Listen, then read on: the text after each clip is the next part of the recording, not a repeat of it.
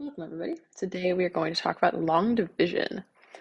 So, flashback to fourth grade when we did long division. What you do is whatever you're dividing by goes on the outside of the division symbol, and then the other part goes on the inside.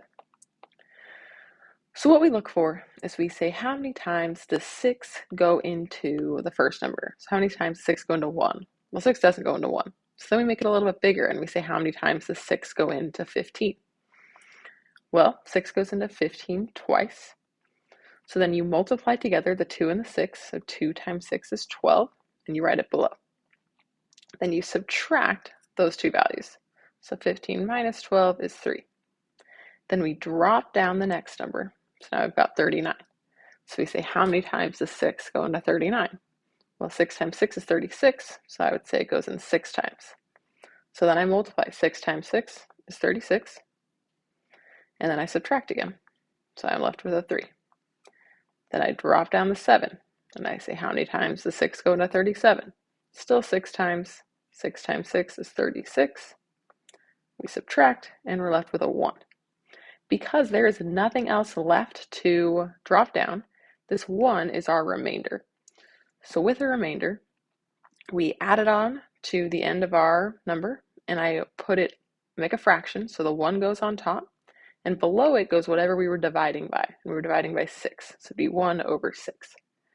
So 1,597 divided by 6 is 266 and 1/6. So that is our answer. Try the next one and then see what you get.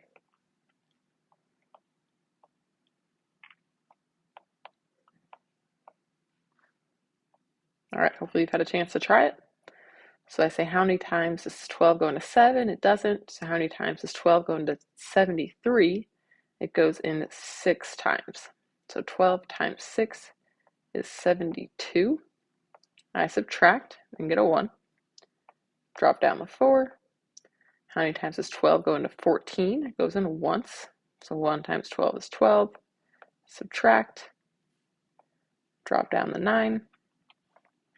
How many times does 12 go into 29? 12 times 2 is 24.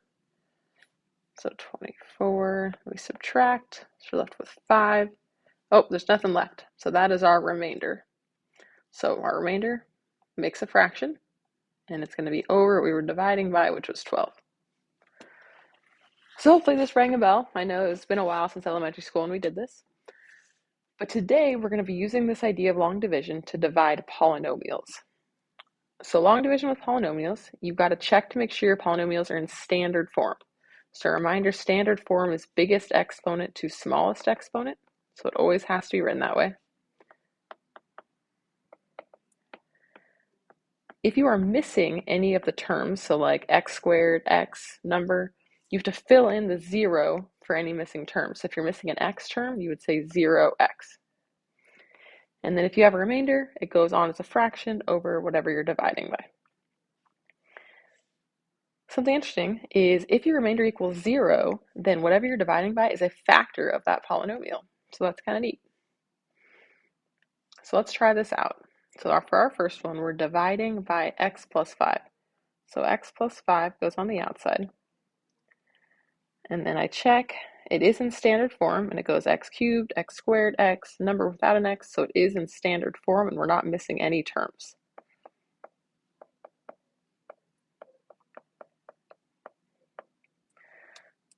So just like before, I look at the first term. So I'm going to look at this x, and I'm going to say, what could I multiply it by so that it would match this x cubed? So x times x, oh, that's not what I meant. X times x squared would give me an x cubed. So that would eliminate those. So that's what I'm going to write. So I'm going to multiply x squared by both the x and the 5. So x times x squared is x cubed. X squared times 5 is 5x squared. Then we're going to subtract this whole thing from what's above it. So x cubed minus x cubed, gone. 11 minus 5 is 6x squared. Then because we're dividing basically with two terms, we want to drop down the next term. So we add dropping down this plus 39x. So now I say, what times x gives me 6x squared? Well, 6x times x would give me 6x squared. So I'm going to add a 6x up on top, and I'm going to do 6x times both the x and the 5. So we're left with 6x squared. 6x times 5 is 30x. And again, we're going to subtract. So our goal is these first terms should always eliminate. And 39 minus 30 would be 9x. Then we drop down our last term, so plus 45. So what times x gives me 9x? 9. So plus 9. So 9 times x is 9x. 9 times 5 is 45. We subtract. These eliminate and these eliminate. 0. So because our remainder is 0, that means that x plus 5 is a factor of that polynomial. So that will come in handy later this unit, but now we know that if you were to graph that polynomial, one of the spots where it would cross would be at negative 5. If you set x plus 5 equal to 0, you get negative 5. So our solution is x squared plus 6x plus 9. All right, let's try another one. So this time we are dividing by x minus 3.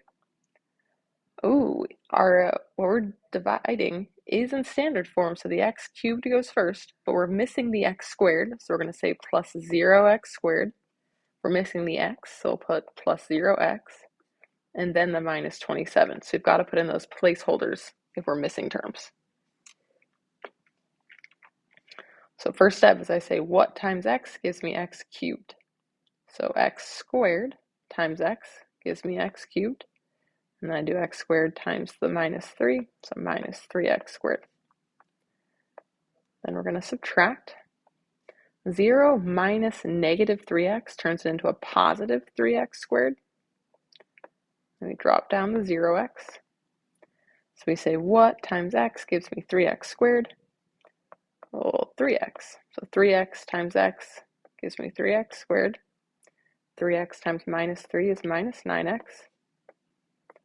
And then I subtract. So 0 minus negative 9 again turns into positive 9x. And I drop down the minus 27. Finally, what times x gives me 9x? Well, that would be 9. So 9 times x is 9x. 9 times negative 3 is negative 27. And then we subtract. Negative 27 minus negative 27 turns into a plus, so our remainder is 0. So our final answer is x squared plus 3x plus 9.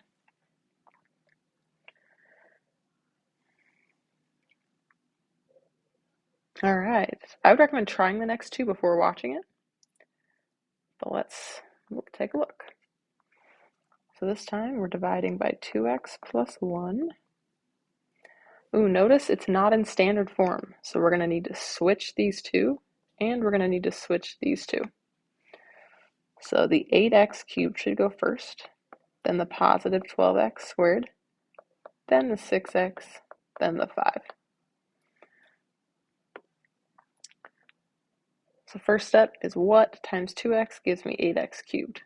Well, I know 4 times 2 is 8, and x squared times x is x cubed. So we multiply them together, and then I subtract. 12 minus 4 is 8. I drop down the next term. What times 2x is 8x squared? Well, 2 times 4 is 8 again, so plus 4x. So 8x squared plus 4x. And then we subtract. 6 minus 4 is 2. We drop down our last term. What times 2x is 2x? Well, that would be 1. So plus 1. So 2x plus 1. 5 minus 1 is 4. So there's nothing else to drop down. So we do have a remainder this time.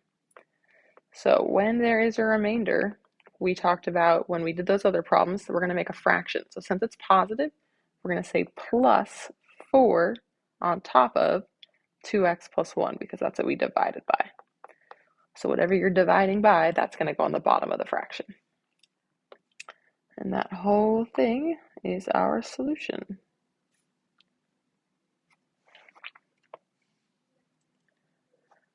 All right, I'd recommend trying this next one before you watch it.